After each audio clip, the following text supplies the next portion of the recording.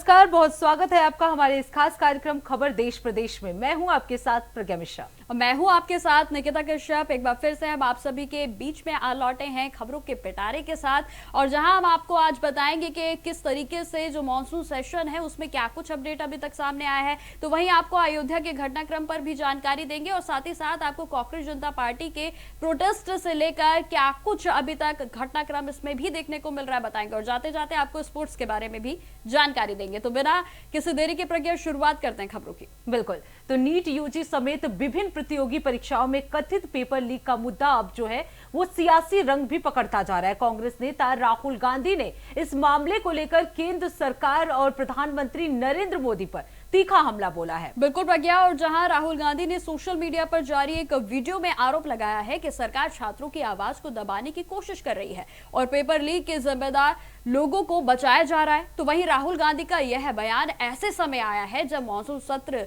से पहले ही प्रधानमंत्री नरेंद्र मोदी ने भारत के युवा वैज्ञानिकों की उपलब्धियों का जिक्र करते हुए बिना नाम लिए एक 56 वर्षीय युवक पर तंज कसा था।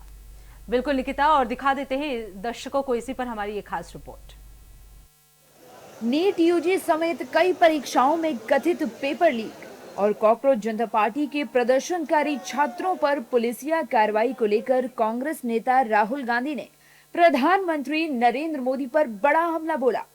उन्होंने सरकार पर छात्रों की आवाज दबाने और दोषियों को बचाने का आरोप लगाया।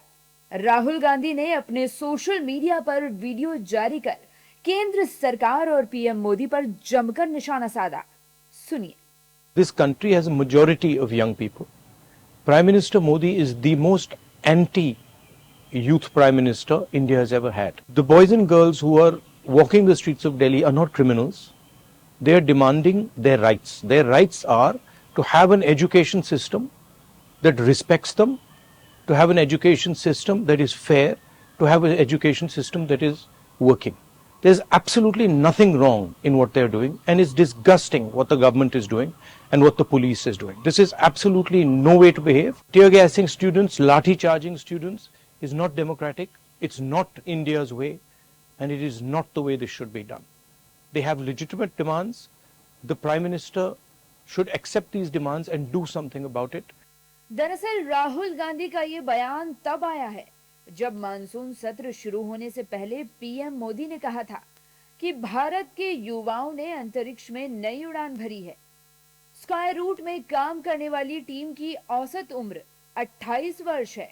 इस दौरान राहुल गांधी पर नाम लिए बगैर तंज कसते हुए कहा कि मैं किसी 56 वर्षीय युवक की बात नहीं कर रहा हूं। भारत के युवाओं ने अंतरिक्ष में नई उड़ान भरी है, बहुत बड़ी सफलता है। और ये जो स्काई रूट स्टार्टअप है उसमें जो नौजवान काम कर रहे हैं, मुझे बताया गया उनकी पूरी टीम की जो एवरेज एज है वो सिर्फ 28 साल है। ऐसे नौजवानों ने ये काम करके दिखाया। मैं किसी 56 साल के नौजवान की बात नहीं कर रहा हूं, मैं देश के ये स्टार्टअप ने 28 के एवरेज वाले नौजवानों ने अंतरिक्ष में भारत का झंडा गाड़ दिया है। उनको तो बधाई है ही है, लेकिन ऐसी बातें जो हैं जो भारत को आत्मविश्वास से भर देती है। हालांकि सोमवार का दिन दिल्ली के लिए किसी अखाड़े से कम नहीं रहा। सीजेपी के साथ युवा जब संसद कूच के लिए निकले तो पुलिस ने उन पर लाठीचार्ज कर दिया और उन्हें खदेड़ दिया। इस घटना के बाद सीजेपी प्रमुख अभिजीत दीपके और सोनम वांगचुक की पत्नी सामने आई और उन्होंने कहा कि आंदोलन खत्म नहीं हुआ है और ना ही होगा। सारा प्रोटेस्ट हमारा पीसफुल था। जो हमला हुआ वो दिल्ली पुलिस से पहला हुआ। दिल्ली पुलिस जानबूझकर बच्चों को पीटा ताकि अफरा तफरी मच जाए, और दिल्ली पुलिस ने बहुत बुरी तरीके से पीटा है। और इसी कारण सोनम सर ने आज डिक्लेयर किया कि वो अपना अनशन नहीं तोड़ेंगे। दिल्ली पुलिस ने जो ब्रूटैलिटी करी है स्टूडेंट्स के ऊपर, उसकी वजह से सोनम सर अपना हंगर स्ट्राइक एक्सटेंड कर रहे हैं, because this is not acceptable. आज पूरे देश ने देखा है दिल्ली पुलिस ने कितनी गंदी तरीके से पीटा है बच्चों को। क्या इनके अपने बच्चे नहीं है? अपने घर पर जाकर ये अपने बच्चों को क्या मुंह दिखाते होंगे? हमने मार्च यहीं पर रोका क्योंकि हमें चिंता थी उन बच्चों की। हम नहीं चाहते थे किसी और को चोट आए। जिस तरह से मैं देख रहा था कि सर फोड़े जा रहे थे, हाथ तोड़े जा रहे थे, पैर तोड़े जा रहे थे लोगों के। सबको पता चल गया है कि ये गवर्नमेंट कैसे टूटा हुआ है हर फ्रंट पे। एजुकेशन इसका ब्रोकन है, जुडिशियरी इसकी ब्रोकन है, मीडिया इसका ब्रोकन है। तो it was a very successful thing because it awakened the national conscious. कोई भी संघर्ष आसान नहीं होगा।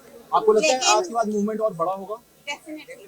जब वो सोनम को लेके तो उन्होंने सोचा था मूवमेंट बिखर जाएगा, पर ये सारे बच्चे ही हैं सोनम से उन्होंने मूवमेंट को जिंदा रखा और ये कितना बड़ा हुआ और आज के बाद ये और बड़ा होगा।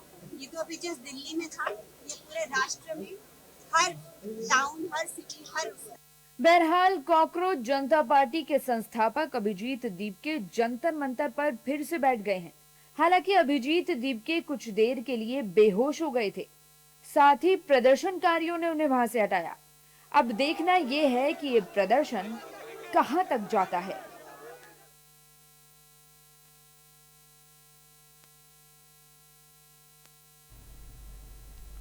चलिए प्रज्ञा, खबरों में आगे बढ़ते हैं, जहां नीट पेपर लीक मामले पर सियासत और आंदोलन दोनों अब निर्णायक मोड़ पर पहुंचते हुए दिखाई दे रहे हैं, क्योंकि कांग्रेस जनता पार्टी यानी कि सीजेपी ने अपने आंदोलन को और भी तेज कर दिया है। बिल्कुल, संसद मार्च के दौरान दिल्ली की सड़कों पर प्रदर्शनकारियों ने और पुलिस के बीच तीखी झड़प जो है निकिता देखने को मिली, जिससे राजधानी में तनाव का माहौल बन गया। वहीं दूसरी ओर पहली बार सरकार और आंदोलनकारियों के बीच जो है बातचीत भी हुई, जिसे समाधान की उम्मीदें भी जगी हुई हैं। बिल्कुल, और देखिए इसी बीच केंद्रीय शिक्षा मंत्री धर्मेंद्र प्रधान ने केंद्रीय गृह मंत्री अमित शाह से भी मुलाकात की और इस मुलाकात के बाद राजनीतिक गलियारों में प्रख्यात चर्चाएं जो है वो लगातार तेज हो गई हैं। बिल्कुल निकिता, बिल्कुल। और शिक्षा मंत्री के इस्तीफे को लेकर भी फैसलों तक की कई तरह के कयास जो है अब लगाए जा रहे हैं। इसी पर दिखा देते हैं दर्शकों को हमारी ये खास रिपोर्ट।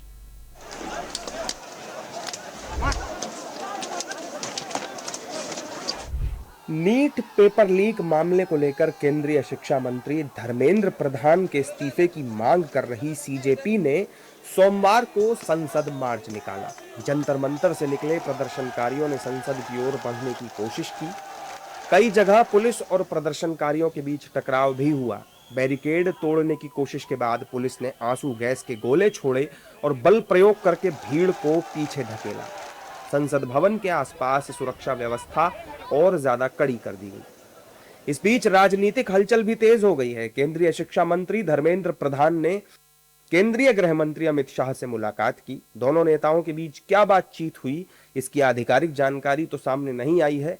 हालांकि इस मुलाकात को सीजेपी के आंदोलन और नीट विवाद के बीच बहुत अहम माना जा रहा है।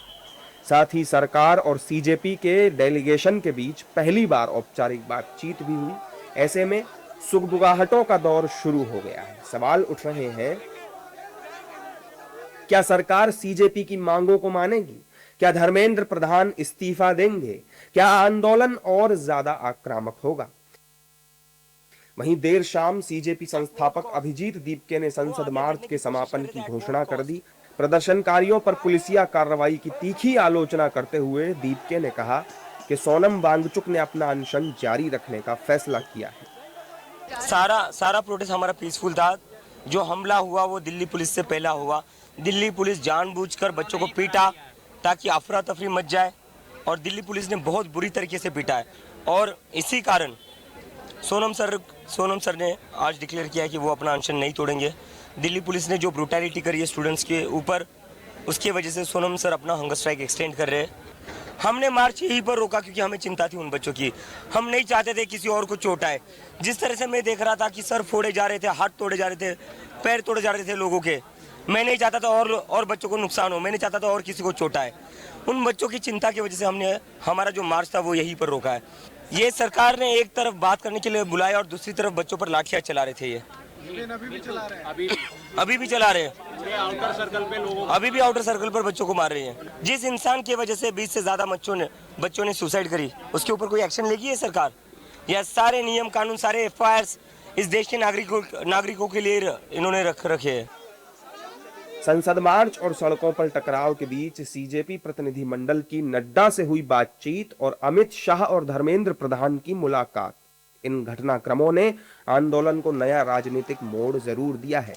अब नजरें इस बात पर हैं कि बातचीत से समाधान निकलेगा या फिर आंदोलन का नया मोर्चा खुलेगा।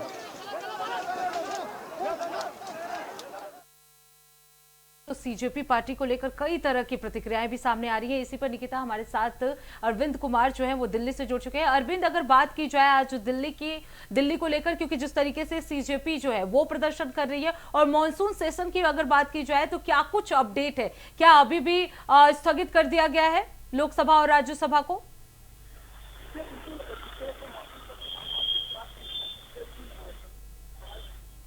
अरविंद, आपको मेरी आवाज आ रही है? क्या कार्रवाई जो है अभी भी स्थगित किया गया है? बिल्कुल। तो प्रज्ञा, देखिए अरविंद तक जो है शायद आवाज नहीं पहुंच पा रही है, दोबारा से उनका रुख करेंगे, लेकिन उससे पहले ये बात जान लेते हैं कि देखिए लगातार जिस तरीके की कल का हमने घटनाक्रम देखा कि लोकसभा बार बार स्थगित होती गई, लेकिन यहाँ पे प्रज्ञा सबसे बड़ा सवाल यह है कि देखिए जिस तरीके से निर्धारित की गई थी कि 19 बैठक जो है वो इस सेशन के दौरान होंगी, क्या वो आगे बढ़ पाएंगी? क्योंकि अभी तक तो कार्रवाई ही जो है वो पूरे तरीके से नहीं चल पा रही है, क्योंकि 7 बिल जो है वो पेश होने, एफसीआरए बिल है, उसके अलावा वंदे मातरम बिल को भी गृह मंत्री अमित शाह द्वारा लाया गया है। अब निकिता, क्योंकि जिस तरीके से कल का पूरा दिन बर्बाद हुआ, मॉनसून सेशन में क्या होगा कि कंटिन्यू स्थगित होती रही कार्यवाही, उसके साथ ही निकिता कल का जो दिन था वो प्रदर्शनकारियों के लिए भी बड़ा दिन था, क्योंकि लगातार प्रदर्शन हो रहे थे, पुलिस बल जो है वो पूरी तरह से तैनात था। अब ये भी बात सामने आ रही है निकिता कि आज भी जो है वो प्रदर्शन जो है वो लगातार जारी है। अब देखना होगा निकिता कि ये सेशन जो है आज का कंटिन्यू हो पाता है या नहीं। बिल्कुल बिल्कुल, आपने बेहद अच्छी बात जो है प्रज्ञा दर्शकों को बताई, क्योंकि देखिए जेपी नड्डा से भी मुलाकात की गई थी, सीजेपी के जो तमाम नेता हैं उनकी ओर से। अब देखने वाली बात यह होगी कि इन बैठकों का जो सिलसिला इस समय जारी है उसका असर कितना पड़ता है। एक बार फिर से अरविंद की ओर चलते हैं प्रज्ञा, जहां से हमारे साथ दिल्ली से संवाददाता अरविंद कुमार जो है वो लगातार जुड़े हुए हैं। अरविंद, देखिए लगातार सेशन जो है वो आगे की ओर बढ़ रहा है, लेकिन कार्रवाई जो है वो बार बार स्थगित हो रही है, तो क्या लगता है आज दूसरा दिन है, आज भी घमासान पूर्ण रहेगा, स्थगित है अभी क्या कुछ ताजा अपडेट सामने आ रहा है? देखिए, बिल्कुल जिस तरह से मानसून सत्र का दूसरा दिन काफी हंगामेदार होने की आसार थी शुरू से ही, क्योंकि विपक्ष की जो रणनीति है छात्रों के सवाल को लेकर सदन में सरकार से वो जवाब चाहते हैं, क्योंकि जिस तरह से कल जो छात्र जो प्रदर्शनकारी अपनी मांगों को लेकर दिल्ली में प्रदर्शन कर रहे थे, संसद भवन मार्च के लिए, उस दौरान पुलिस की कार्रवाई के विरोध में जो विपक्षी दल के जो सांसद हैं सरकार की नीतियों पर, पुलिस प्रशासन की कार्रवाई पर कई तरह के सवाल उठा रहे थे, जिसको लेकर आज सदन की कार्रवाई जैसे ही 11 बजे शुरू हुई, प्रदर्शन का जो विपक्षी दल के जो सांसद है सदन के बाहर और सदन के अंदर दोनों तरफ से काफी प्रदर्शन किया। हालांकि लोकसभा अध्यक्ष ओम बिरला ने विपक्षी दलों के सांसदों को समझाने की कोशिश की। उन्होंने कहा कि विरोध प्रदर्शन सही बात है, लेकिन लोकतंत्र की मंजिल में इस तरह का प्रदर्शन ठीक नहीं है। जनता के हित से जुड़े सवालों को जवाब देना चाहिए। अभी शून्यकाल चल रहा है, इसमें आप प्रश्न पूछिए जिसका जवाब सरकार की तरफ से मिलेगा, लेकिन जो विपक्षी दल के सांसद हैं वो नहीं मांगे। सरकार से उनकी एक ही मांग है कि सरकार नीट पेपर लीक मामले में सरकार जवाबदेही तय करे और इस पर विस्तृत से चर्चा हो, जिसके बाद जिस तरह से प्रदर्शन हो रहा था विपक्षी दलों के, तो 12 बजे तक सदन की कार्रवाई जो लोकसभा अध्यक्ष द्वारा रद्द कर दी गई थी। फिर 12 बजे के बाद वो कार्रवाई फिर से शुरू हुई है, सुचारू रूप से सदन चले। हालांकि अभी भी जैसे ही 12 बजे से कार्रवाई शुरू हुई, विपक्षी दलों का हंगामा अभी भी प्रदर्शन जारी है, चाहे लोकसभा हो चाहे राज्यसभा, क्योंकि लगातार जो विपक्षी दल के सांसद हैं छात्र के हित की बात कर रहे हैं, किसानों के हित की बात कर रहे हैं, महंगाई की बात कर रहे हैं, इन तमाम चीजों को लेकर सरकार से जवाब चाहते हैं। लेकिन बिल्कुल अरविंद, अगर बात की जाए, क्योंकि प्रदर्शन भी सुनने में आ रहा है कि वो भी अभी कंटिन्यू है, तो अभी क्या कुछ स्थिति है प्रदर्शनकारियों की? देखिए, कल जिस तरह से प्रज्ञा बात हुई थी कि जो बीजेपी का जो डेलीगेशन है वो केंद्रीय स्वास्थ्य मंत्री जेपी नड्डा से उनकी मुलाकात हुई थी, उसके बाद से लगा था कि प्रदर्शन समाप्त हो जाएगा। लेकिन जो बीजेपी के कार्यकर्ता है, जो आशुतोष रंका जो जाकर जेपी नड्डा से उन्होंने मुलाकात की थी और अपनी बातों को रखी थी, सरकार के तरफ से उन्हें कोई ठोस आश्वासन नहीं मिला, जिसकी वजह से अभी भी उनका प्रदर्शन जंतर मंतर पर शुरू है। जो अभिजीत दिपके हैं, जो सीजेपी के जो संस्थापक है, उन्होंने कहा कि जो सोनम वांगचुक है उन्होंने अपना अमर अनशन अभी भी जारी रखा है। अस्पताल में भले ही वो भर्ती हैं, लेकिन वो हर चीज की वो खबर रख रहे हैं। वो उनकी एक ही अरविंद, मांग है क्या कि आज भी संसद भवन की तरफ कूच करने का कोई प्लान है प्रदर्शनकारियों का, देखिए या आज तो शांतिपूर्ण कोई- करेंगे? देखिए आज तो उनका कोई प्लान नहीं है, क्योंकि जो प्रदर्शन हो रहा है अब जंतर मंतर जो धरना स्थल है वहां पर वो प्रदर्शन कर रहे हैं। लगभग 200 से 250 जो प्रदर्शनकारी हैं, बीजेपी के कार्यकर्ता हैं, वो मौजूद हैं और सरकार की नीतियों के खिलाफ उनकी नारेबाजी हो रही है, क्योंकि उनके लगातार उनके तरफ से बयान आ रहा है कि केंद्रीय शिक्षा मंत्री का इस्तीफा हो। बिल्कुल अरविंद, अब देखने वाली बात होगी, क्योंकि सड़कों पर प्रदर्शन की तस्वीरें सामने आ रही हैं, तो वहीं संसद में जो कार्रवाई वो पूरे तरीके से नहीं चल पा रही है। तमाम जानकारी के लिए आपका बहुत बहुत धन्यवाद। तो प्रज्ञा, बेहद ही असमंजस वाली जो तस्वीरें हैं वो हमें देश भर में से देखने को मिल रही है, क्योंकि जहां मानसून सत्र बार बार स्थगित किया जा रहा है, तो वहीं प्रदर्शन की तस्वीरें भी लगातार देखने को मिल रही हैं। बिल्कुल निकिता, अब बात कर लेते हैं अगली खबर की। खबर अयोध्या से है, जहां राम मंदिर चढ़ावा चोरी मामले में सुप्रीम कोर्ट ने दोबारा एसआईटी बनाने का आदेश दे दिया है। चीफ जस्टिस सूर्यकांत ने कहा कि नए सिरे से एसआईटी बनाई जाए और सीनियर आईपीएस अधिकारी टीम की अगुवाई करे। बिल्कुल, और देखिए ताकि जांच किसी भी निर्णायक स्तर तक जो है वो लगातार पहुंच सके, क्योंकि देखिए जांच का दायरा लगातार बढ़ाया जा रहा है, तो वहीं इस मामले में सियासत भी रुकने का नाम नहीं ले रही। और इसी पर बनी हमारी खास रिपोर्ट, दिखाते हैं आपको क्या कुछ है। राम मंदिर चढ़ावा चोरी मामले में सियासी शोर के बीच सुप्रीम कोर्ट में अहम सुनवाई हुई। Chief justice Suryakant, justice Joymalya Bagchi और जस्टिस वी मोहना की बेंच ने मामले की सुनवाई की। सुप्रीम कोर्ट ने योगी सरकार को दोबारा एसआईटी बनाने का आदेश दिया है। आज सुप्रीम कोर्ट ने जांच की प्रगति पर जानकारी दी और निष्पक्ष जांच पर जोर दिया। सबसे पहले आपको ग्राफिक्स के जरिए दिखाते हैं कि सुप्रीम कोर्ट ने यूपी सरकार को क्या आदेश दिया है। सरकार को दोबारा एसआईटी बनाने का आदेश। एसआईटी को आईपीएस अधिकारी लीड करें। अब आपको ग्राफिक्स के जरिए ये भी बताते हैं कि चढ़ावा चोरी केस की सुनवाई के दौरान सुप्रीम कोर्ट ने क्या बड़ी बातें कही। जांच निष्पक्ष और बिना किसी भेदभाव के होनी चाहिए। जांच को तार्किक नतीजे तक पहुंचाया जाना चाहिए। मामले को राजनीतिक रंग नहीं दिया जाना चाहिए। हमारा मकसद है कि जांच सही अंजाम तक पहुंचे। सुप्रीम कोर्ट में सरकार की तरफ से पेश हुए सॉलिसिटर जनरल तुषार मेहता ने बताया कि अब तक इस मामले में 8 लोगों की गिरफ्तारी हो चुकी है और जांच जारी है।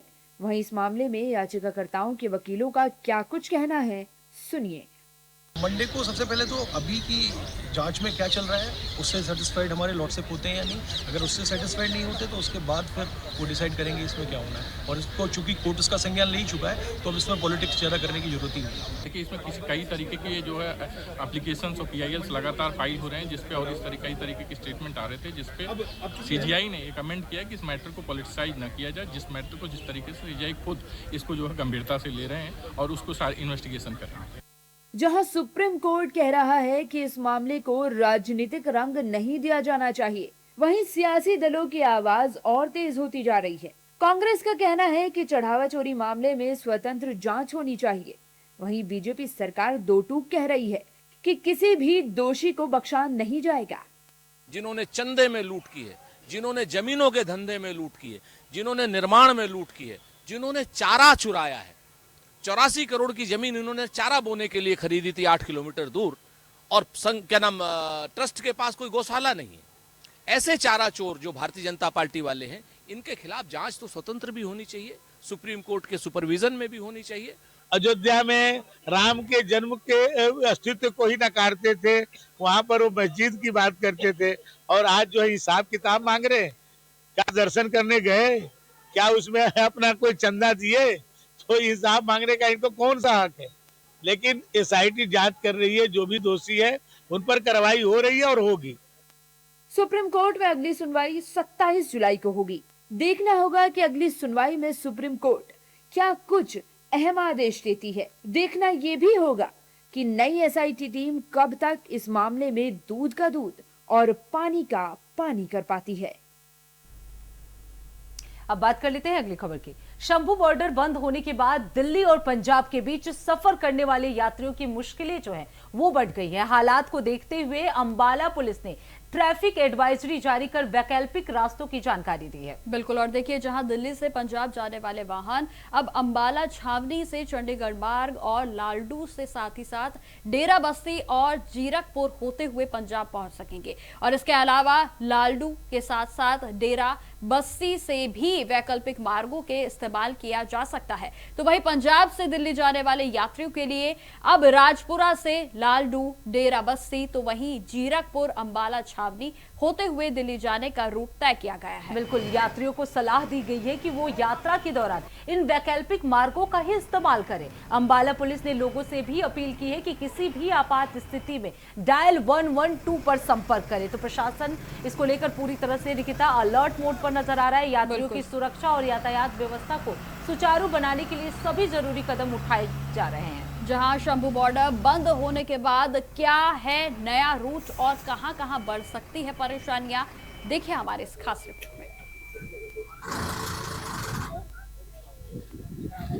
तो आपको बता दें, अंबाला पुलिस ने ये एडवाइजरी जारी कर दी है और बिल्कुल प्रज्ञा, देखिए एक बार फिर से दिल्ली कूच की तैयारी में जिस तरीके से किसान जो है वो नजर आ रहे हैं, इसको लेकर अब दिल्ली के बॉर्डर पर पूरे तरीके से सख्ती को बढ़ा दिया गया है, जहां रफ्तार पकड़ ली है इस आंदोलन ने और इसी के चलते सिंघू बॉर्डर पर जो है ये तस्वीरें हमें देखने को मिल रही हैं। बिल्कुल निकिता, एक बार फिर दिल्ली कूच की तैयारी के साथ किसान आंदोलन ने रफ्तार पकड़ ली है। भारत अमेरिका की प्रस्तावित फ्री ट्रेड अग्रीमेंट यानी एफटीए के विरोध में पंजाब से हजारों किसान जो है वो शंभू बॉर्डर पर पहुंच रहे हैं। बिल्कुल, और देखिए जहां किसानों का साफ तौर पर कहना है कि यह समझौता भारतीय कृषि, डेयरी क्षेत्र तो वहीं छोटे किसानों के हितों पर गंभीर असर डाल सकता है।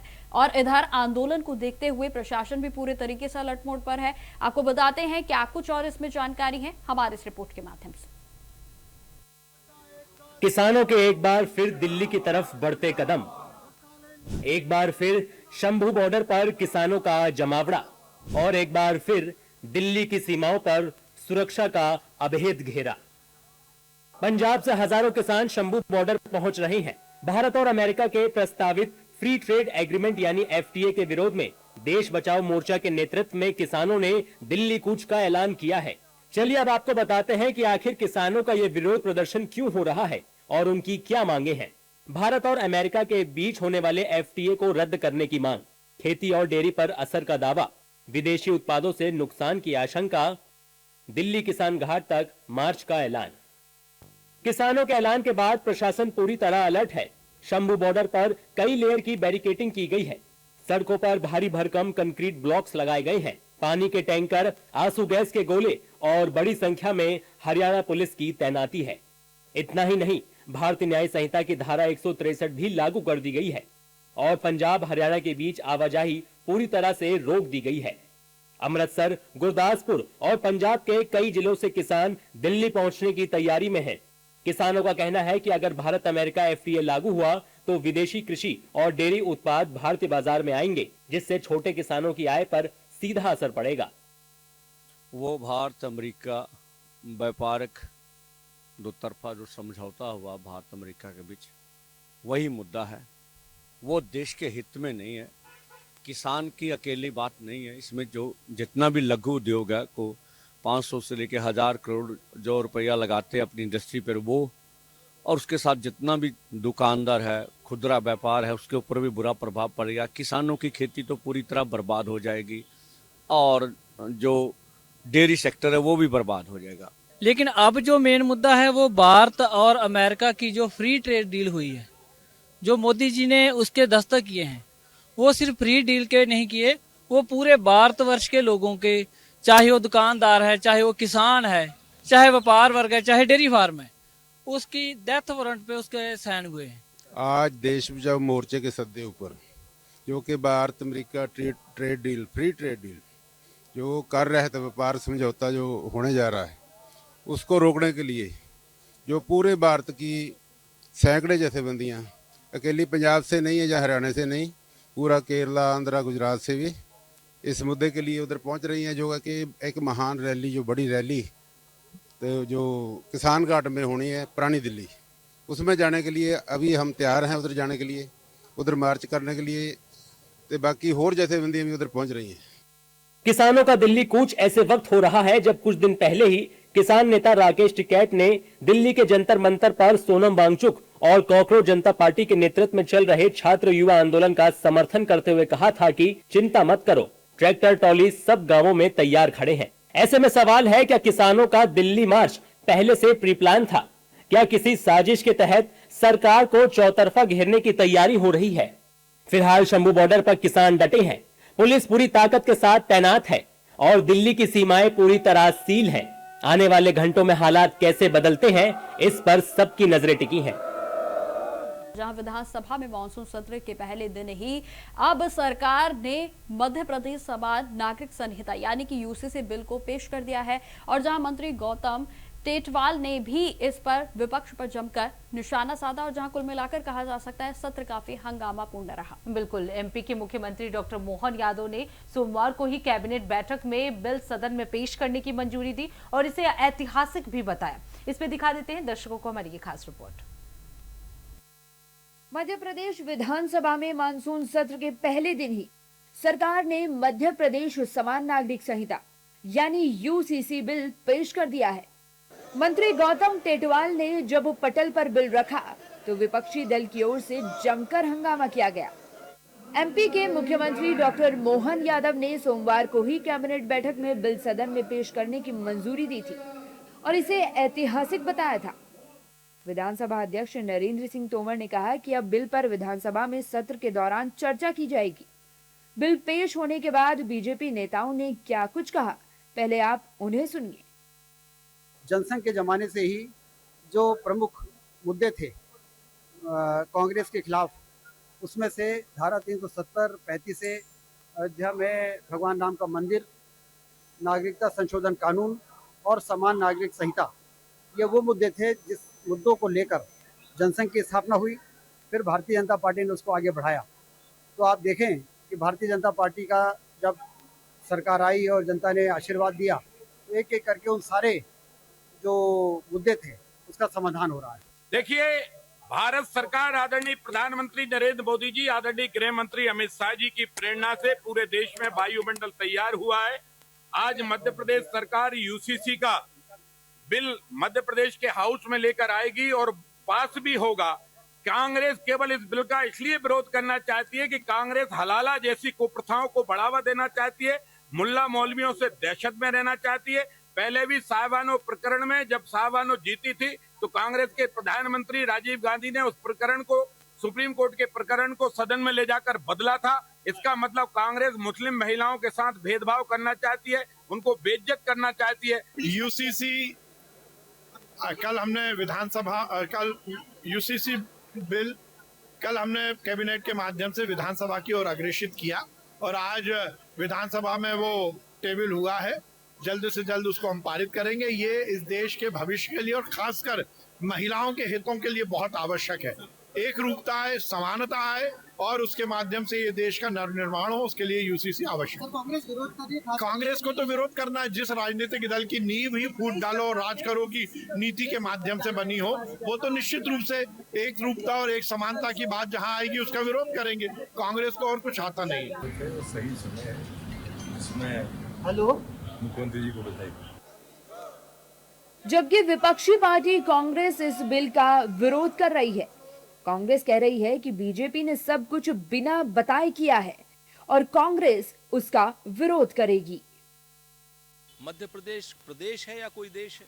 मध्य प्रदेश तो भारत का हिस्सा है और भारत के हिस्से में भारत का संविधान चलता है, गणराज्य का संविधान चलता है। मध्य प्रदेश में कोई अलग संविधान तो चलता नहीं, ना उत्तराखंड में चलता है, ना असम में चलता है। लेकिन भारतीय जनता पार्टी वाले राज्यवार यूसीसी क्यों लाते हैं? यूनिफॉर्म सिविल कोड कहां से हो गया? देखिए, पहले तो ये चोरी से टेबल हुआ क्योंकि आज की कार्य मंत्रणा में ये नहीं, कार्य सूची में ये नहीं था और अचानक सप्लीमेंट्री लाए। सप्लीमेंट्री का भी अक्सर ये देखा है हमने जब तक आज तक कि सप्लीमेंट्री की कॉपी भी पहले दी जाती है, कॉपी भी नहीं दी गई, लैपटॉप पे लोड भी नहीं किया गया और एक साथ कई विधेयकों के साथ यूसीसी पेश कर दिया। तो ये साफ मंशा है जो आदिवासी और एससी वर्ग के साथ धोखा करने वाला काम है। हमारा कंधा इस्तेमाल करके उनका आरक्षण खत्म करना है। ये बात कल भी सामने आई थी कि यूनिफॉर्म सिविल कोड को लेके कल कैबिनेट ने मंजूरी दी है, लेकिन आज जो हम ये चर्चा कर रहे हैं, विचार कर रहे हैं, कि आज जब पूरे देश का युवा धरने पर बैठा है, आक्रोशित है, देश का युवा शिक्षा मंत्री का देश में इस्तीफा मांग रहा है, तो आखिर क्या कारण है कि यहाँ मध्य प्रदेश में हम यूनिफॉर्म सिविल कोड की बात कर रहे हैं। माननीय मुख्यमंत्री जी अनेकों भाषण में हिंदू मुस्लिम बात कर रहे हैं। क्या वो पुनः प्रयास कर रहे हैं सांप्रदायिक भेदभाव हो, तनाव हो? मेरा इसमें एक ही विषय है कि आज देश का युवा मांग करता है यूनिफॉर्म सिविल कोड की नहीं, यूनिफॉर्म एजुकेशन कोड की। आपको बताएं तो यूसीसी बिल का ड्राफ्ट सुप्रीम कोर्ट की पूर्व जज जस्टिस रंजना प्रकाश देसाई की अध्यक्षता वाली 7 सदस्यीय समिति की सिफारिशों के आधार पर तैयार किया गया है। इस समिति का गठन 27 अप्रैल 2026 को किया गया था। मुख्यमंत्री के मुताबिक समिति ने अलग अलग राज्यों के कानूनी मंडलों का अध्ययन किया और अपनी सिफारिशों को अंतिम रूप देने से पहले बातचीत और एक खास वेब पोर्टल के जरिए 10 लाख से ज्यादा लोगों से सुझाव और प्रतिक्रियाएं हासिल की। चलिए अब खबरों में आगे बढ़ते हैं, जहां पहाड़ों पर आसमान से बरस रही आफत थमने का नाम नहीं ले रही है और जहां उत्तराखंड, हिमाचल प्रदेश तो वहीं जम्मू कश्मीर में लगातार हो रही भारी बारिश ने जनजीवन को बुरी तरह से प्रभावित कर दिया है। बिल्कुल, कई इलाकों में नदियां उफान पर हैं, जबकि भूस्खलन और फ्लैश फ्लड की घटनाओं ने हालात को और भी गंभीर बना दिया है। बारिश के चलते कई प्रमुख सड़कें जो है वो बंद हो गई हैं, जिससे आवाजाही प्रभावित हो रहा है। इसी पर दिखा देते हैं दर्शकों को हमारी ये खास रिपोर्ट। बहुत बढ़ता जा रहा है, आप लोगों से अनुरोध है कि बाहर की तरफ आ जाएं, नदी के किनारे कोई ना रहे। उत्तराखंड से लेकर हिमाचल प्रदेश और जम्मू कश्मीर तक प्रकृति रौद्र रूप दिखा रही है। कहीं मूसलाधार बारिश, कहीं भूस्खलन, कहीं फ्लैश फ्लड तो कहीं उफनती नदियां। प्रकृति के रौद्र रूप से देवभूमि में त्राहिमाम मचा है। कई सड़कें बंद हो गई हैं, स्कूलों में छुट्टियां घोषित करनी पड़ी हैं और प्रशासन लगातार अलर्ट पर है। देखिए बारिश के कहर पर ये रिपोर्ट।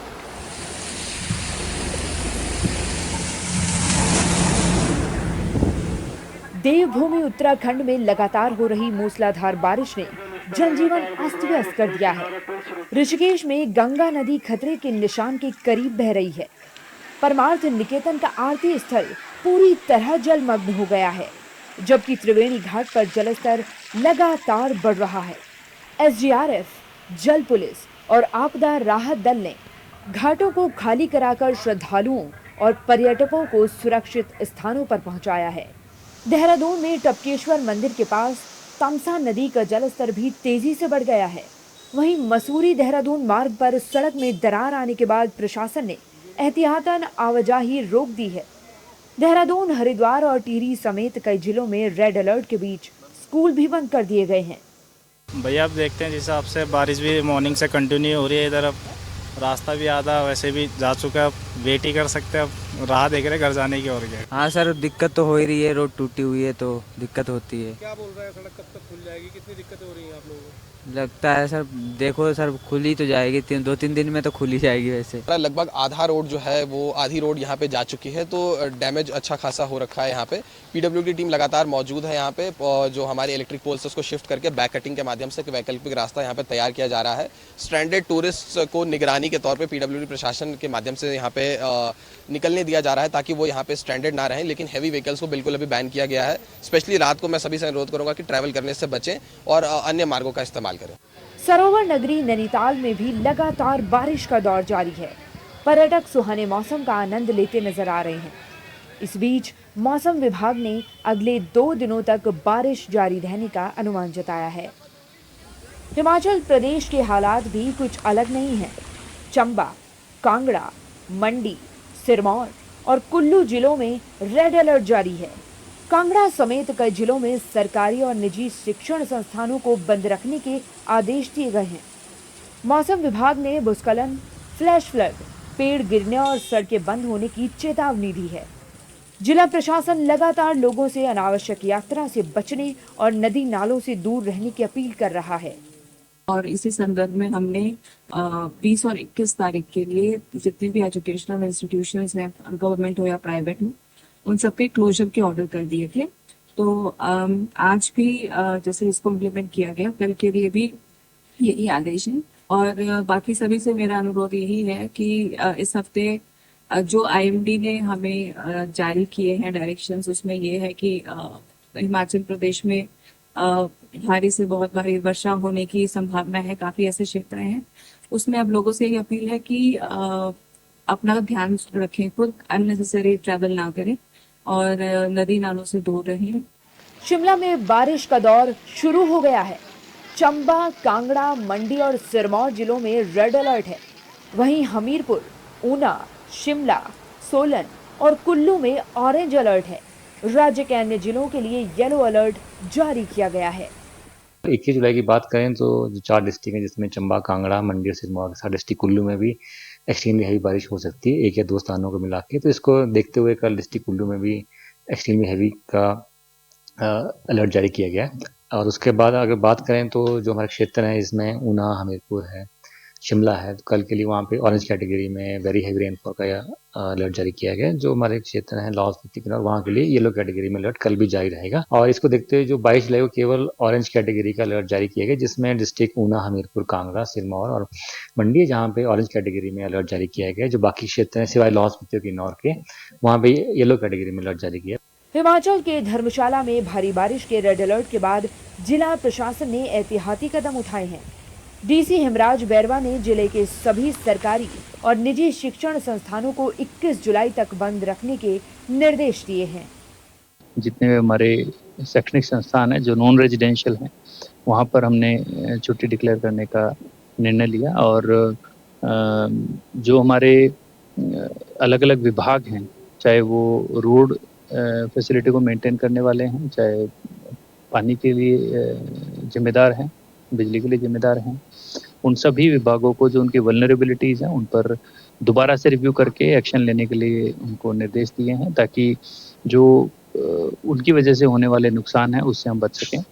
आइए अब आपको ले चलते हैं जम्मू कश्मीर। यहाँ राजौरी और नौशेरा में बारिश सबसे ज्यादा कहर बरपा रही है।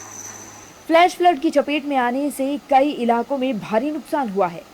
नौशेरा में बाढ़ प्रभावित क्षेत्र से सेना ने हेलीकॉप्टर की मदद से एक शव बरामद किया, जबकि राजौरी में केंद्रीय विद्यालय परिसर और स्टाफ क्वार्टर बाढ़ के पानी में डूब गए।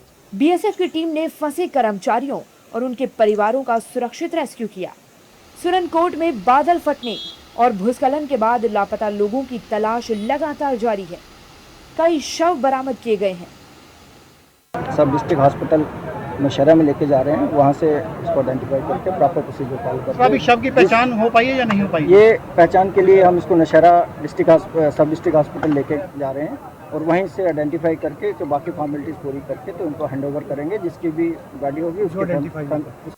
राजौरी में भी बारिश ने काफी तबाही मचाई है।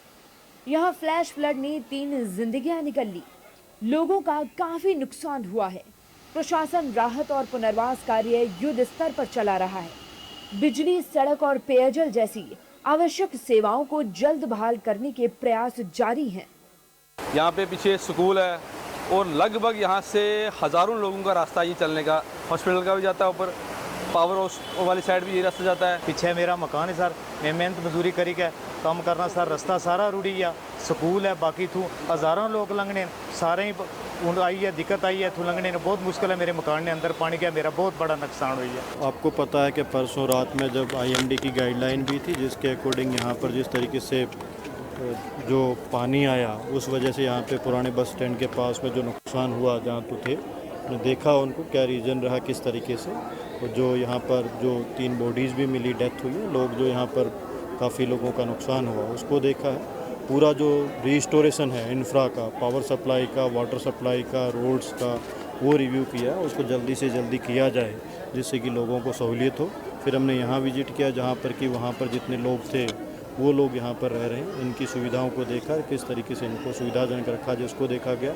लोगों से सबसे रिक्वेस्ट है कि अभी की आईएमडी की गाइडलाइंस है हैवी रेनफॉल की, तो जो भी नाले के पास ना जाएं, कहीं नदी के पास ना जाए, सेफ़र जगह पर रहें, कहीं भी इधर उधर वेंचर ना करें, उन चीज़ों को ध्यान रखें। और डीसी साहब इसमें जो नुकसान हुआ उनका जल्दी से जल्दी जितना भी एसडीआरएफ में जितना परमिसेबल है, हम उसको रिलीफ दे रहे हैं, बाकी चीज़ों को भी देखें। Thank you. स्कूलों की छुट्टियां को ऑब्जर्व किया जाएगा, अभी तक तो छुट्टियां हैं, यदि यही रहता है तो उसको छुट्टियों को बढ़ा दिया जाए। तो उसमें नंदी सूल में जो ढोक है वहाँ पर रहा है, वहाँ पर इंफॉर्मेशन मिली, वहाँ पर टीम भेजी गई है, तो वहाँ पर 7 बॉडी रिकवर की गई है। वहाँ पर माइग्रेटरी थे, वहाँ पर बड़ा अनफॉर्चुनेट हुआ है, तो उनको अभी रिकवर किया। पहाड़ों पर लगातार बरस रहा पानी अब लोगों की चिंता बढ़ा रहा है। मौसम विभाग के मुताबिक अगले 2 से 3 दिन उत्तर भारत के पहाड़ी राज्यों पर भारी पड़ सकते हैं।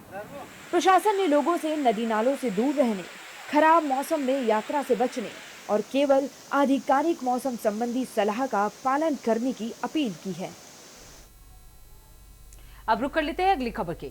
रामनगरी अयोध्या से सामने आए एक वायरल वीडियो ने नया विवाद खड़ा कर दिया है। आरोप है कि आस्था का प्रतीक माने जाने वाली पवित्र सरयू नदी के बीच नाव पर कुछ युवकों ने कथित तौर पर मटन और बियर पार्टी की है। बिल्कुल, और देखिए इस पूरे घटनाक्रम का वीडियो अब सोशल मीडिया पर तेजी से वायरल हो रहा है और जिसके बाद लोगों में नाराजगी भी देखने को मिल रही। तो वहीं प्रज्ञात जानकारी यह भी सामने आ रही है कि मामला कैंट थाना क्षेत्र के गुप्तार घाट का बताया जा रहा है।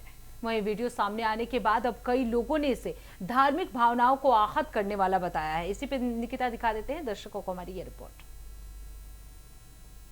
राम मंदिर चंदा चोरी का मामला देश में मुद्दा बना हुआ है।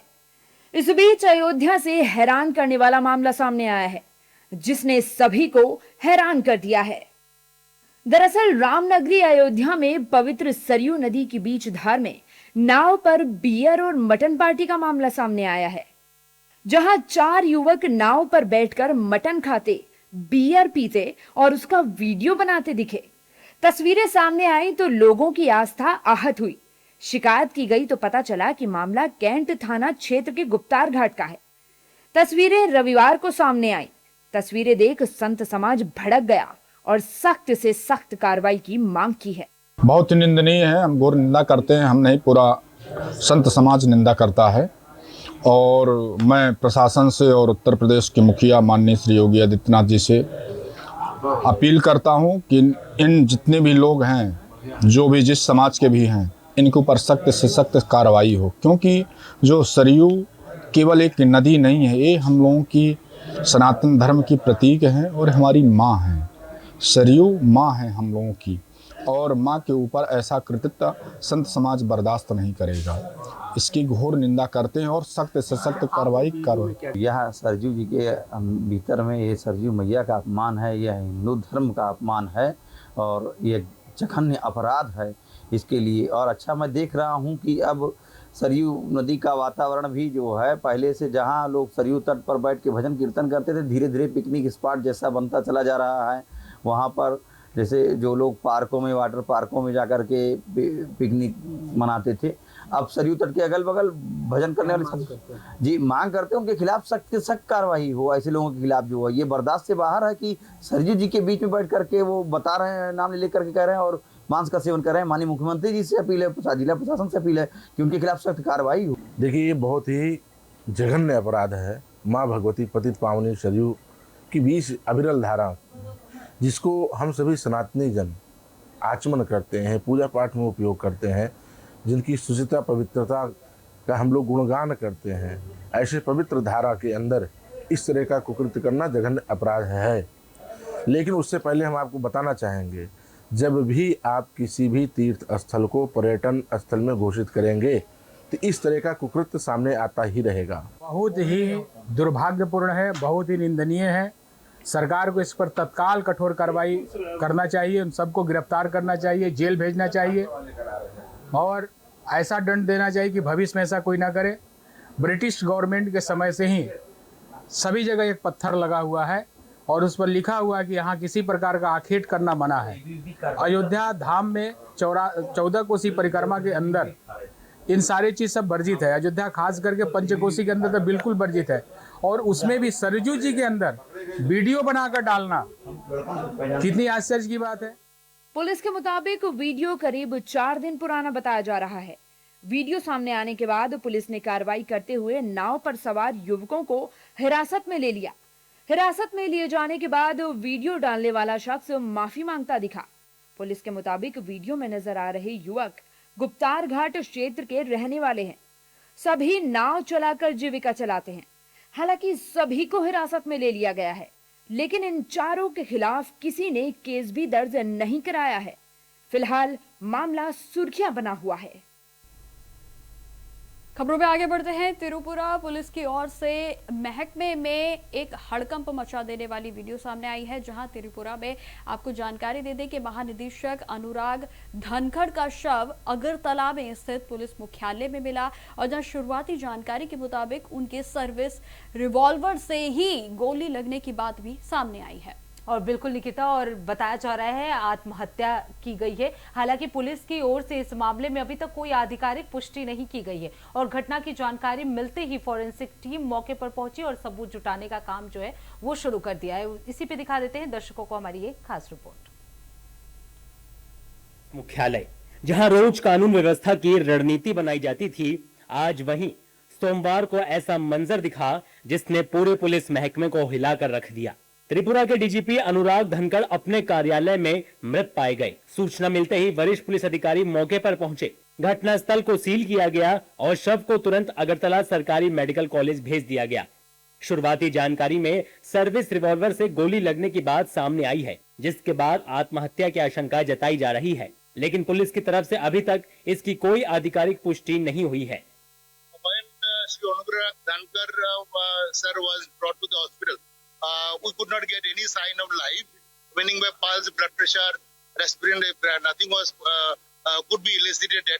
And then we immediately shifted him to our red zone of emergency and done all sort of CPR or cardiopulmonary resuscitation. Then everything we failed, and ultimately at 12:48 we had to declare him death. Now he has been sent for postmortem examination because he was brought in a brought death condition. कौन थे अनुराग Dhankhar? 1994 batch के IPS अधिकारी, 2025 में त्रिपुरा के DGP बने। CBI में कई high profile मामलों की जांच संभाली। नीरव मोदी केस की जांच का नेतृत्व किया। 1984 सिख दंगों की एसआईटी जांच का भी नेतृत्व किया। लंबे समय तक केंद्रीय एजेंसियों में अहम जिम्मेदारियां संभाली। अनुराग धनखड़ का नाम देश के अनुभवी आईपीएस अधिकारियों में लिया जाता था। ऐसे में संदिग्ध हालत में हुई उनकी मौत कई सवाल पीछे छोड़ गई है। फिलहाल पुलिस हर एंगल से जांच कर रही है। फॉरेंसिक टीम ने डीजीपी कार्यालय से सबूत जुटाए हैं। पोस्टमार्टम रिपोर्ट का इंतजार किया जा रहा है, जिससे मौत के कारणों पर तस्वीर साफ हो सके। साथ ही पुलिस आत्महत्या की वजह का भी पता लगाने में जुटी है। किन बिंदुओं पर जांच? आत्महत्या या कोई और वजह? मानसिक तनाव था या कुछ और बात? क्या नौकरी से जुड़ा दबाव था और क्या कोई निजी या पारिवारिक कारण है? त्रिपुरा के सबसे बड़े पुलिस अधिकारी की रहस्यमयी मौत सिर्फ एक परिवार के लिए नहीं, बल्कि पूरे पुलिस महकमे के लिए एक बड़ा झटका है। फिलहाल सवाल कई हैं, लेकिन जवाब सिर्फ जांच और पोस्टमार्टम रिपोर्ट के बाद ही मिलेंगे। तो फिलहाल आज के हमारी इस खास पेशकश में इतना ही, जिसमें हमने आपको तमाम विषयों पर जानकारी को साझा किया। साथ ही साथ आपको बताया कि मॉनसून जो सत्र चल रहा है उसको लेकर क्या कुछ घटनाक्रम सामने आए हैं, तो वहीं अयोध्या को लेकर भी आपको जानकारी दी। बिल्कुल, तो खबर देश प्रदेश में बस इतना ही। देश दुनिया की तमाम बड़ी खबरों के लिए देखते रहिए इंडिया वॉइस। तब तक के लिए नमस्कार।